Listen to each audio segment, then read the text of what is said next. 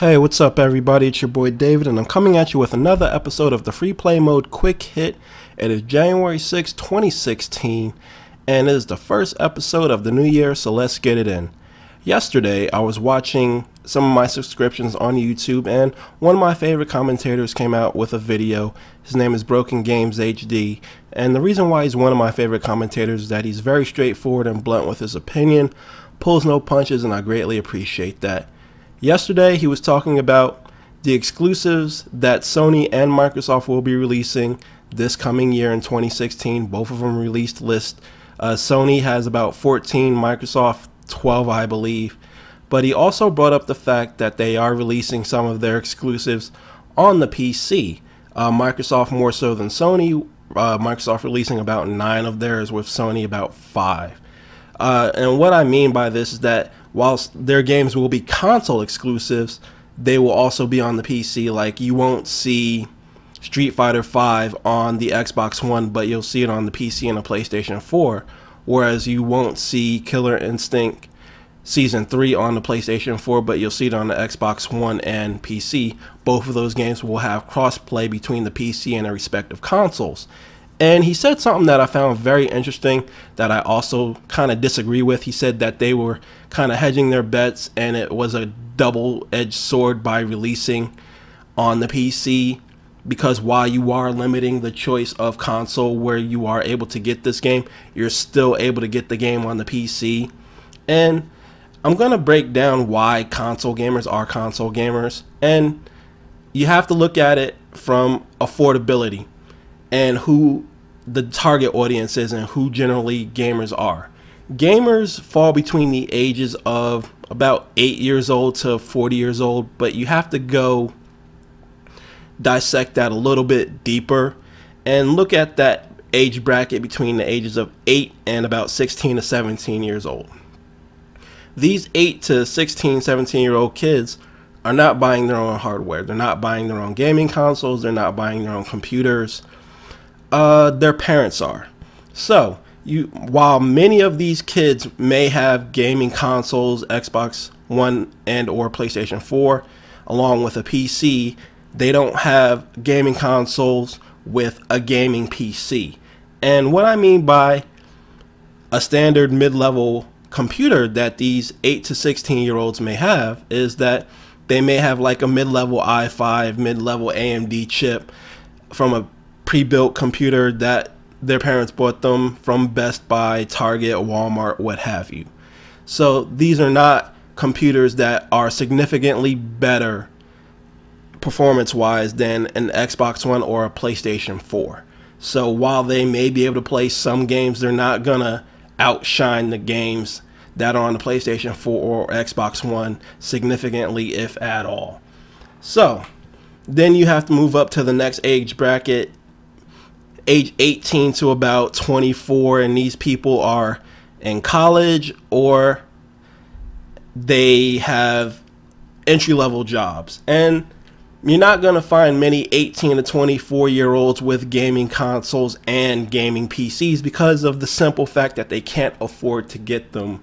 Because while they're making their own money, they don't have a lot of disposable income to build a gaming PC and get a gaming console. So they're going to have one or the other. They're not going to have both. So then you look at the age bracket of 25 to 40 years old. And these are generally people who are set in their jobs or careers. And these are the people that will have disposable income to buy a gaming PC in addition to a gaming console. But you don't find many people with gaming PCs and gaming consoles at this level because of the simple fact that they don't want to devote time to both of the mediums. They're going to have one or the other, not both. And people who own gaming PCs and gaming consoles like myself, like Broken Games HD, like any other YouTube commentator, these are the people, these are a very small percentage of the gaming electorate, of the gaming constituency. And I'm going to break down why console gamers are console gamers and PC gamers generally are PC gamers. And I'm going to do this by building my PC as it exists today with prices that exist today. And I'm going to be using Newegg as my store of choice since Tiger Direct is going out of business. And my PC is not a very high-end gaming PC when you put it up there next to high-end gaming PCs. Yes, it can run games that are out now and will come out for the next few years on high settings, but it is by no means a very high-end gaming PC. I'd say it's in the mid-high range. So we're going to get into building this thing. And the first thing we're going to buy is our graphics card. And right now I'm running a GTX 960 4GB GDDR5 GPU. And that costs $249.99 at Newegg. So let's bring up our calculator. $249.99 plus. And then we have to get our CPU. And I am running an AMD FX 3220 8-core 3.5 gigahertz CPU. And you can get this from Newegg for $144.99. So let's throw that up in there, $144.99. So right now, just buying the GPU and CPU, you have spent more than the cost of a PlayStation 4 and an Xbox One, because both of those consoles cost right now, with no bundles, $349.99 plus tax, which will be about $370. So moving on, we're going to build our computer. We're going to need some memory. I'm not getting super expensive memory. This is generally the memory that I have. I have 16 gig of memory, two 8 gig sticks, 1600 DDR3, PC3, 12800 desktop memory. So we're going to put that into our calculator here at $69.99. And next we're going to move on to our power supply unit. And this is a power supply unit that I just recently got because my old one cooked itself, so I needed a replacement. And I got an EVGA Supernova 750 G2. And that costs $129.99. And the next thing we're going to get is a case, because you do need something to put this stuff in. And my case is no longer on the market, so we're just going to get something super basic. We're going to get ourselves a Coolmaster ATX mid-tower case, and it doesn't have a power supply, and it costs $59.99. Next thing we need is our motherboard, and we need an AMD FX compatible motherboard, which is the AM3 Plus chipset. So we're going to get this. This is essentially the same motherboard I have in my computer right now. It's an MSI 970 gaming motherboard, and it is $99.99.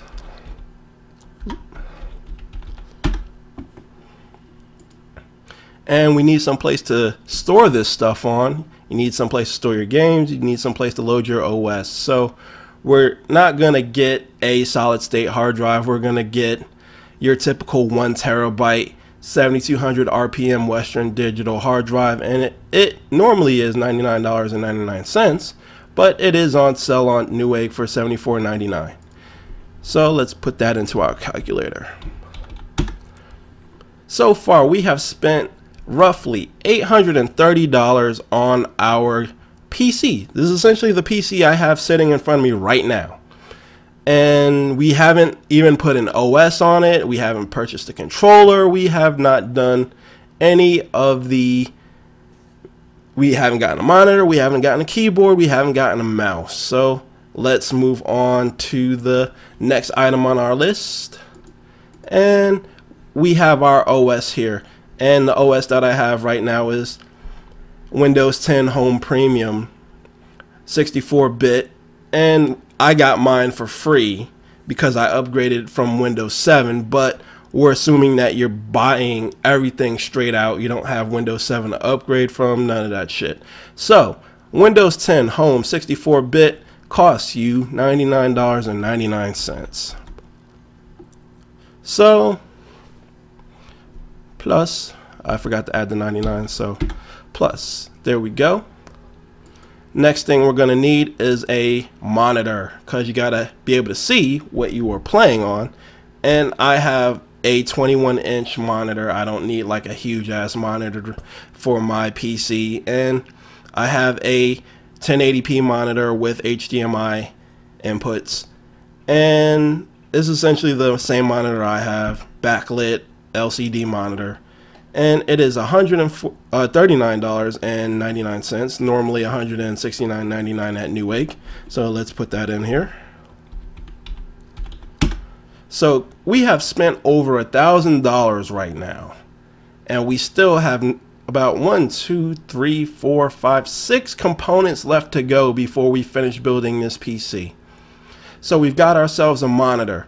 Next on the list is a mouse, and I have a bare bones basic mouse from Dell. It's a laser scroll mouse, fairly cheap. You can probably get them less than this, but we're going by Newegg prices here, so $19.99 for a mouse. Next, we need a keyboard, and I have a basic keyboard here. It's nothing fancy, and this is exactly the same one I have. It's a business multimedia keyboard, and you get this from Newegg for $32.99. And the next thing we need here is a controller. So I use an Xbox One controller on my PC whenever I do use it to game, and typical Xbox One controller costs $59.99. I just have this up here as a reference point. If you want to spend $1 more to get like a limited edition controller, you can do that, but the standard Xbox One controller costs $59.99. And we need to be able to use our controller on the PC, so with that, we're also going to need our wireless adapter. And the Xbox One wireless adapter for Windows costs $24.99. So $24.99. And you're going to need to charge your controller, which I have. I refuse to spend all kinds of money on fucking AA batteries. Stupid oversight by Microsoft, but I have a charge and play kit for the Xbox One controller, and that costs $24.99.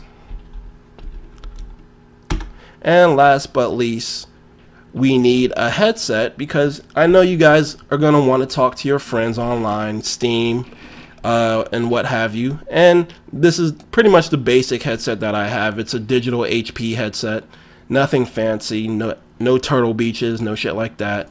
And it's $26.99. So, in total, we have spent $1,259.85 building my computer as it exists today.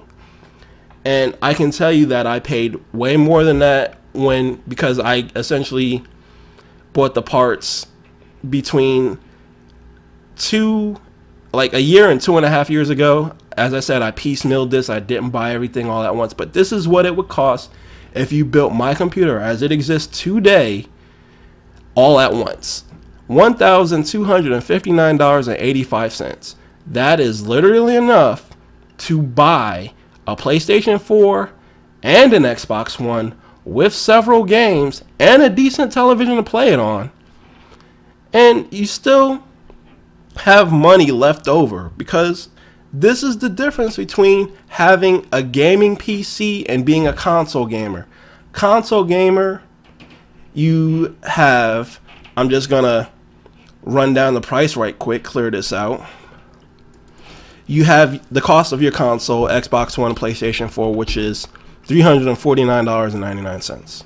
Comes with a controller, and we're gonna assume you just bought the console straight out, no games, no bundles, no nothing.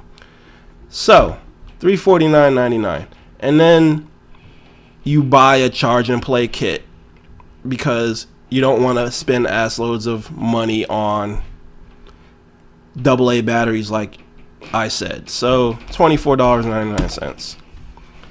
And then you want to play online, so a year's worth of Xbox Live is $60, so 60. Boom. And you want to buy a game. You want to play something, gotta have something to play. So I'm just throwing in the cost of the game with this. Like, so you're spending another $60 on a game. So we have spent $494.98 on an Xbox One charge and play kit, 1 year subscription to Xbox Live, and a game. All that costs less than $500, whereas my PC as it exists today costs close to $1,300.